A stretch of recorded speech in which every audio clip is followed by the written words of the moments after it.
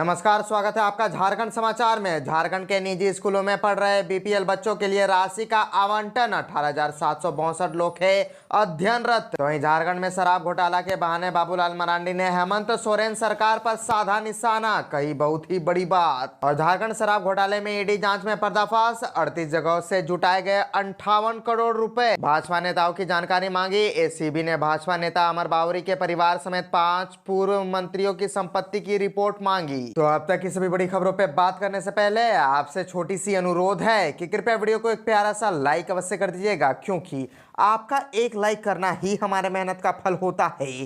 तो शुरुआत करते हैं आज की पहली और बड़ी खबर से।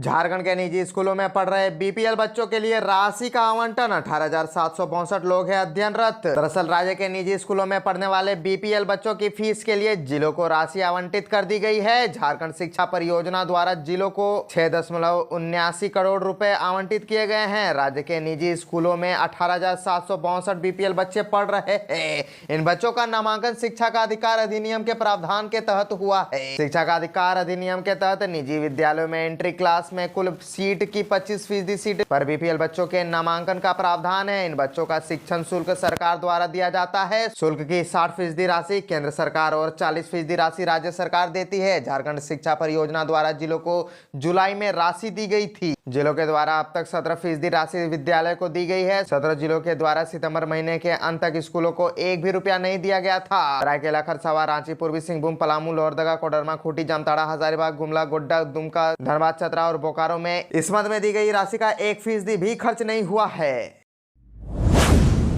झारखंड शराब घोटाले के बहाने बाबूलाल मरांडी ने सीएम हेमंत सोरेन सरकार पर साधा निशाना। झारखंड बीजेपी अध्यक्ष बाबूलाल मरांडी ने सोशल मीडिया एक्स पर पोस्ट कर राज्य सरकार पर निशाना साधा है। उन्होंने कहा कि झारखंड का शराब घोटाला छत्तीसगढ़ और दिल्ली के घोटाले से भी बड़ा है। शराब नीति में अव्यवहारिक संशोधन करना, राजस्व बढ़ाने के बहाने काली कमाई का टारगेट सेट करना, प्लेसमेंट एजेंसी नियुक्त करना, एमआरपी से अधिक कीमत वसूल करना और ग्राहकों को नकली शराब बेचना बड़ी गड़बड़ी की ओर संकेत करता है। उन्होंने आगे कहा कि झारखंड शराब घोटाले के सूत्रधार रायपुर के हेबर बंधुआ के पैसों पर 5 स्टार होटलों में मौज मस्ती करने का और चार्टर्ड फ्लाइट में हवाई शेयर भरने वाले हेमंत सोरेन को पाई का हिसाब देना पड़ेगा, क्योंकि इन घोटालेबाजों पर अब ईडी ने भी अपना टारगेट सेट कर लिया है।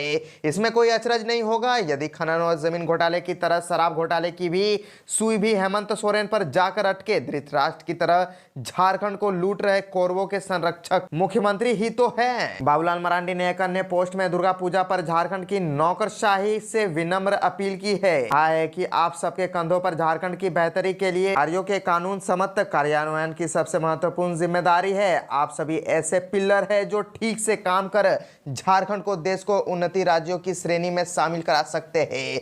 लेकिन पिछले दिनों यह देखा गया है कि लालचवश अधिकारी सत्ता के टूल की तरह इस्तेमाल होकर आज ऐसी मुसीबतों का सामना कर रहे हैं जो न सिर्फ उनके लिए बल्कि उनके पूरे परिवार, इष्ट मित्रों के लिए परेशानी का कारण बना हुआ है। ऐसे लोग आसन संकटों से बचने के लिए दर दर भटक कर अपने अपने संपर्कों के जरिए जुगाड़ लगाते फिर रहे हैं, लेकिन कानून के सामने उनकी एक नहीं चल रही है। पिछले दिनों कुछ अधिकारियों ने सत्ता के लिए लठेती करते हुए सत्ता के गलत कार्यों का विरोध करने वाले को काबू करने की गरज से दर्जनों फर्जी मुकदमे कराए, लेकिन उनका परिणाम क्या हुआ?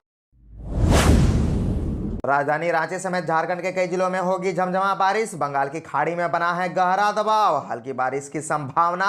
तो वहीं महादशमी के बाद साफ होगा मौसम। दरअसल आज से राजधानी रांची सहित पूरे झारखंड के मौसम में बदलाव हो सकता है। मौसम विज्ञान केंद्र रांची के मुताबिक राजधानी रांची में आज बादल छा सकते हैं। इस बादल का असर यह होगा कि किसी किसी इलाके में भारी बारिश होगी। हालांकि मौसम विज्ञान केंद्र का कहना है कि आसमान में बादल छाए रहेंगे, पर महादशमी के बाद मौसम फिर से पूरी तरह से साफ हो जाएगा। मौसम के बदलते मिजाज का नवमी दशमी में होने वाले रावण दहन कार्यक्रम पर पड़ सकता है। मौसम में इस तरह का व्यापक बदलाव बंगाल की खाड़ी में बने गहरे अति दबाव के और व्यापक होने की वजह से हुआ है। अरब सागर में भी सीवियर साइक्लोनिक स्टॉर्म बना हुआ है। इसका असर झारखंड में देखने को नहीं मिलेगा, जबकि बंगाल की खाड़ी में बने गहरे अति दबाव के और व्यापक होने की वजह से सोमवार के बाद 25 को ही हल्के बादल छाए रह सकते हैं। मौसम विभाग रांची के अनुसार बंगाल की खाड़ी के साथ में निम्न दबाव क्षेत्र बना हुआ है। अब यह अति दाब क्षेत्र में बदलकर पश्चिम बंगाल और बांग्लादेश तट की ओर बढ़ रहा है। इसी वजह से यह अगले 24 घंटे के दौरान तट से टकरा सकता है। झारखंड में इसका असर उन्हीं इलाके में पड़ सकता है जो पश्चिम बंगाल से सटे हुए हैं। मौसम विभाग के अनुसार संथाल परगना और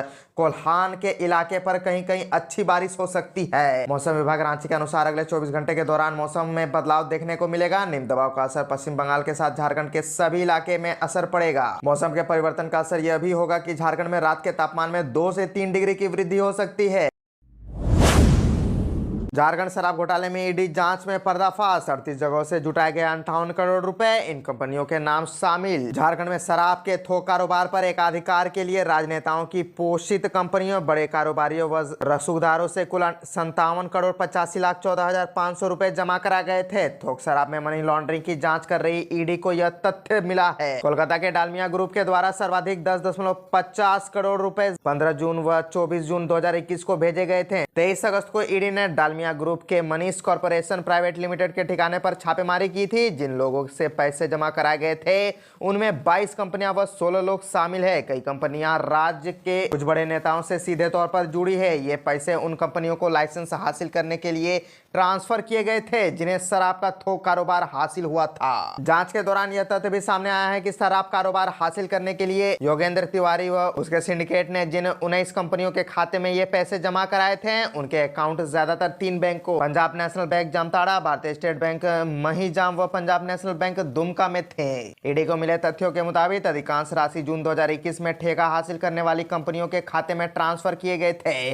गौरतलब है कि झारखंड में शराब के थोक कारोबार के लिए 11 जून 2021 को विज्ञापन जारी किया गया था। विज्ञापन जारी होने के बाद ही योगेंद्र तिवारी व प्रेम प्रकाश के नेतृत्व में सिंडिकेट ने सभी जिलों के लिए अलग अलग नामों से आवेदन डाले। आवेदन राशि 25 लाख रुपए थी।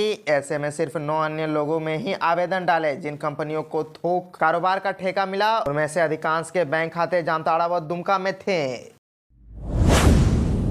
भाजपा नेताओं की जानकारी मांगी गई। एसीबी ने भाजपा नेता अमर बावरी के परिवार समेत 5 पूर्व मंत्रियों की संपत्ति की रिपोर्ट मांगी। ओडिशा के राज्यपाल बनाए गए झारखंड के पूर्व सीएम रघुवर दास को छोड़कर उनके मुख्यमंत्री काल के 5 मंत्रियों की परेशानी बढ़ने वाली है। इनमें से भाजपा विधायक दल नेता अमर बावरी का नाम सबसे पहला है। एसीबी ने बावरी के परिवार और रिश्तेदारों के नाम पर खरीदी गई संपत्ति का ब्यौरा जुटाना शुरू कर दिया है। सभी जिले के निबंधन कार्यालय में बावरी के परिवार के नाम रजिस्टर हुए जमीन फ्लैट की डिटेल मांगी गई है। एक सप्ताह पहले इससे संबंधित पत्र कार्यालय को भेजा गया है। अब निबंधन कार्यालय एसीबी द्वारा दिए गए नामों के रिकॉर्ड ढूंढ रहा है। सूत्रों के मुताबिक कुछ डीड का पता चला है। बावरी के अलावा पूर्व मंत्री Randhir Kumar Singh, doctor Louis Marandi, doctor Neera Yadav और नीलकंठ सिंह मुंडा व उनके परिवार द्वारा खरीदी गई संपत्ति का ब्यौरा भी खंगाला जा रहा है। रांची सहित पूरे राज्यों में उनके परिवार के नाम से ली गई संपत्ति की जानकारी ली जा रही है। राज्य सरकार 3 माह पहले 26 जुलाई को मंत्रिपरिषद की बैठक में 5 पूर्व मंत्रियों के विरुद्ध एसीबी जांच की स्वीकृति दी थी।